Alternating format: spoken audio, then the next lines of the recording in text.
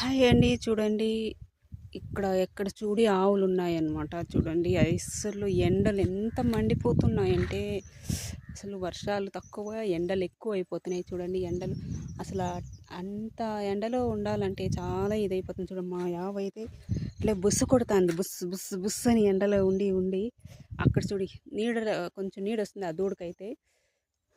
కొంచెం ప్రస్తుతానికి ఇప్పుడు అక్కడ పొనుకో ఉంది. అది ఇప్పుడు దా పొనుకోంది అనమాట. ఎండలో పొనుకుంది. కాసేపు అయ్యాక నీడ వస్తుంది. అక్కడ మా చూడి ఇంకా ఆవులు ఉన్నాయి.